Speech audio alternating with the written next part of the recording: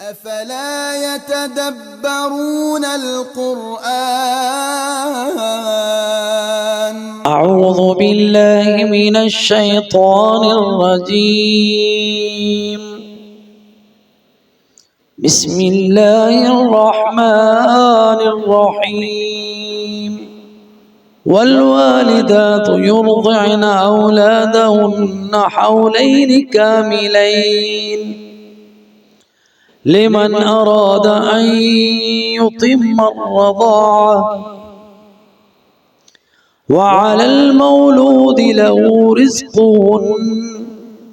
وكسوتهن بالمعروف لا تكلف نفس إلا وسعها لا تضار والدة بولدها ولا مولود له بولده وعلى الوارث مثل ذلك فإن أراد فصالا عن تراض منهما وتشاور فلا جناح عليهما وإن أردتم أن تسترضعوا أولادكم فلا جناح عليكم إذا سلمتم ما آتيتم بالمعروف واتقوا الله واعلموا أن الله بما تعملون بصير.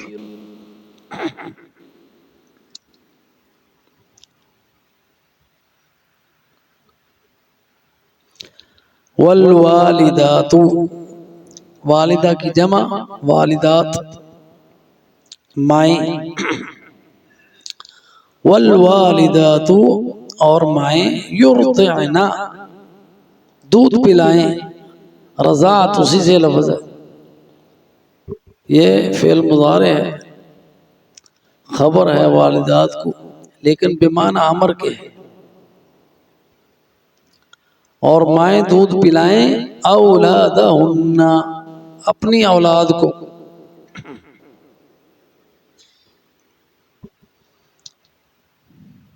حولین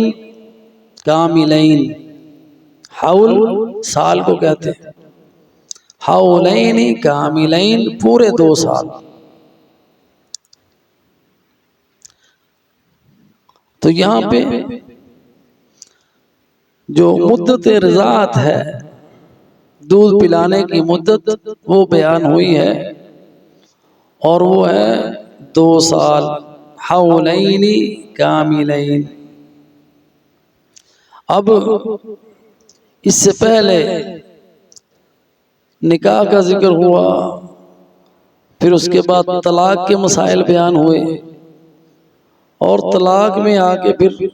بچوں کے جو معاملات ہیں ان کا ذکر ہو رہا ہے کہ کہیں وہ معصوم بچے جو متاثر نہ ہوں تو اب ان کے بارے میں احکامات جو ہے نا وہ بیان ہو رہے ہیں.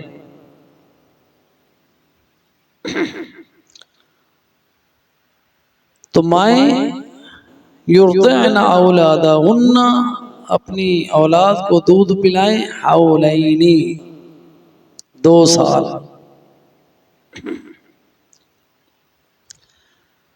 لمن اراد ان یتم الرضاعہ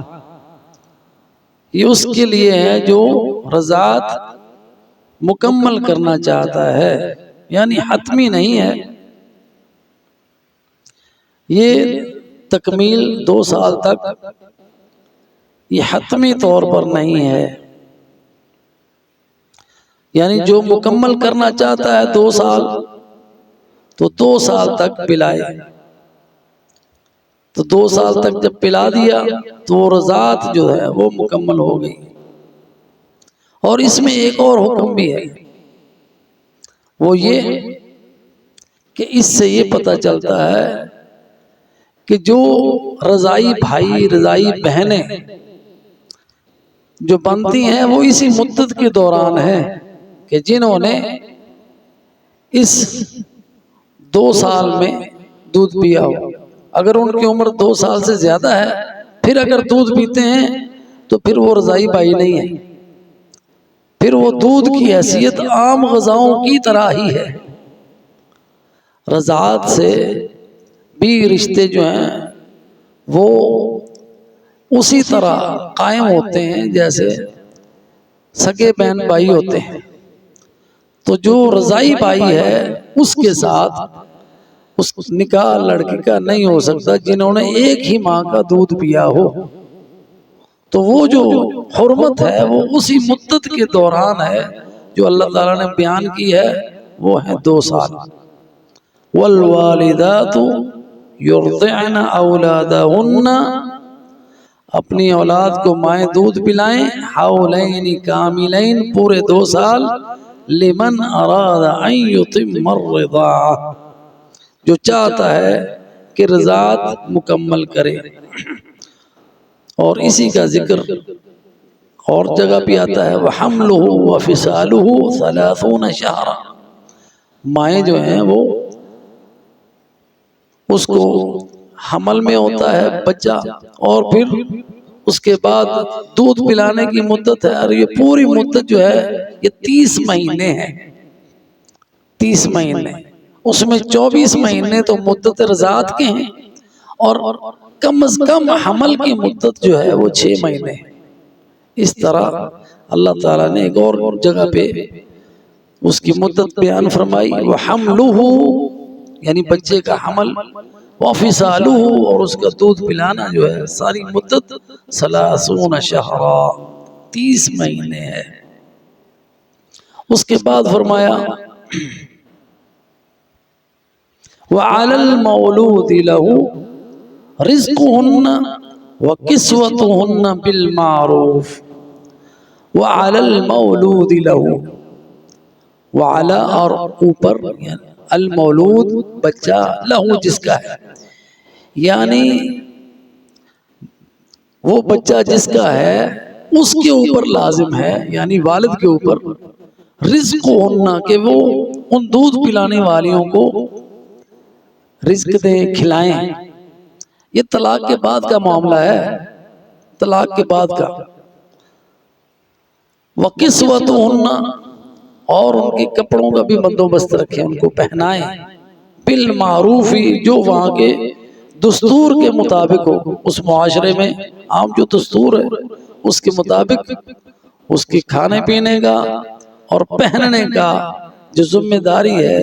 وہ اس بچے کے والد کے اوپر ہے کہ وہ جو دودھ پلا رہی ہے اس کی ماں، اس کے کھانے پینے کا اور لباس کا بندوبست رکھے۔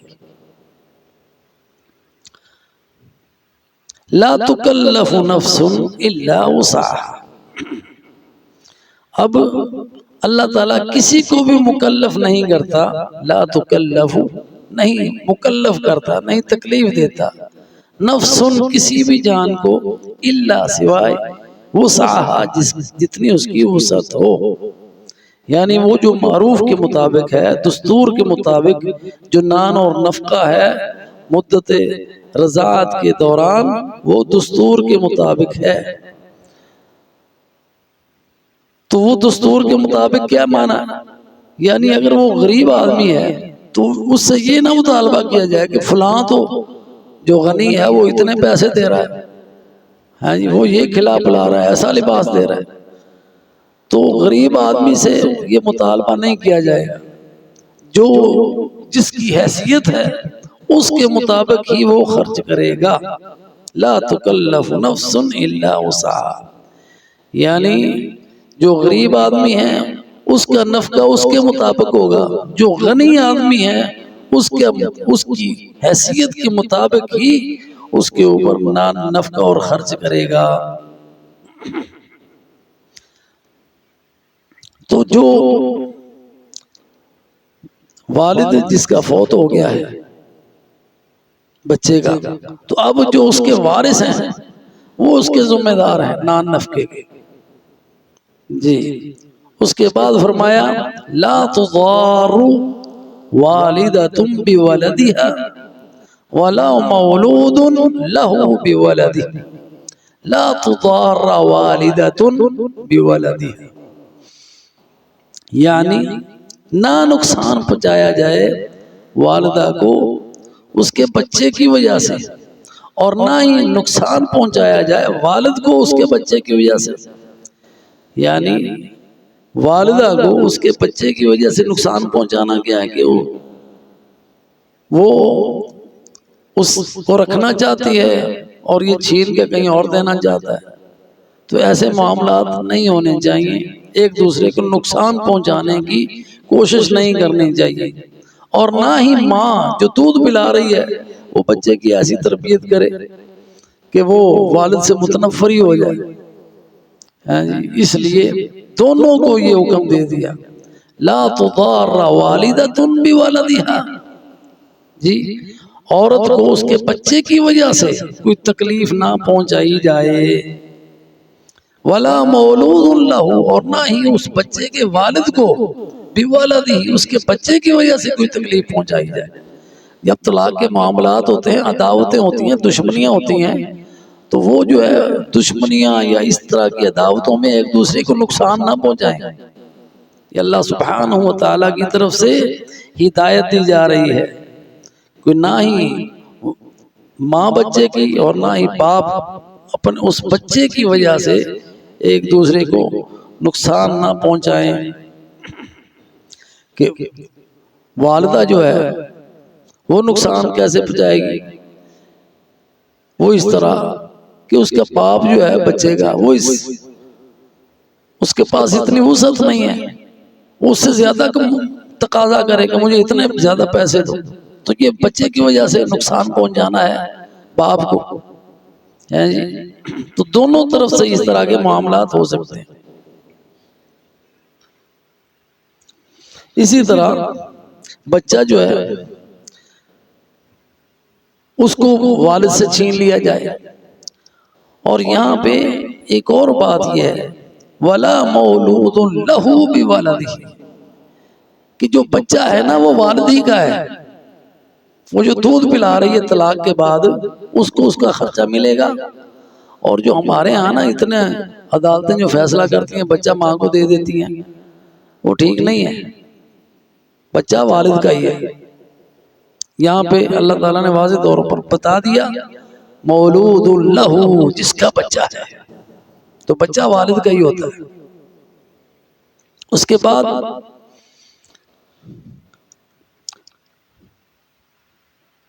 وَعَلَى الْوَارِثِ مِثْلُ ذَلِكَ، وَعَلَى الْوَارِثِ مِثْلُ ذَلِكَ، یعنی اب اگر بچے کا باپ فوت ہو گیا ہے، اب جو اس کے ورثاء ہیں وہ بھی اس کی جو بچے کی ماں ہے اس کو نان نفقے کا اسی طرح خیال رکھیں گے جس طرح اس باپ کے اوپر ذمہ داری تھی اس کے کھانے پلانے کی اور اس کے لباس کی۔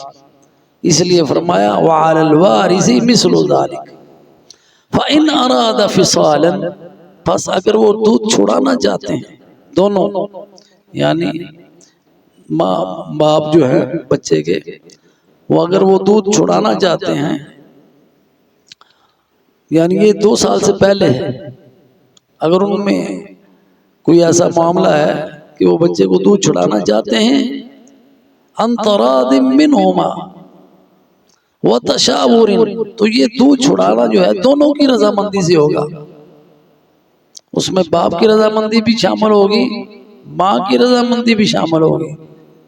باپ کی رضا کے بغیر نہ دودھ چھڑائے جی،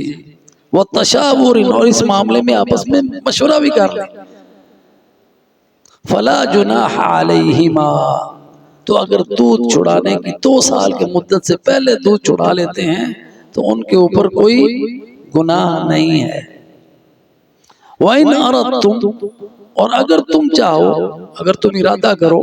أَن تَسْتَرْضِعُوا أَوْلَادَكُمْ، کہ تم کسی اور سے دودھ پلوانا چاہو، یعنی اس کی ماں کی بجائے کوئی اور دائی سے دودھ پلوانا چاہتے ہیں، اپنے بچوں کو فلا جناح علیکم، اس پہ بھی کوئی گناہ نہیں ہے کہ تم ہائر کر لو کوئی دودھ پلانے والی، جیسا کہ عرب میں یہ رواج تھا کہ دودھ پلانے والیاں جو تھیں وہ آتی تھی دودھ اپنے بچوں کو کے ساتھ ان بچوں کو بھی دودھ پلاتی تھی، جیسے نبی صلی اللہ علیہ وسلم کو دودھ پلایا ہے جی۔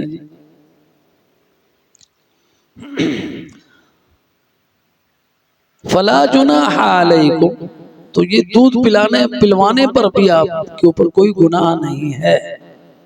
اذا سلمتم ما آتیتم بالمعروف،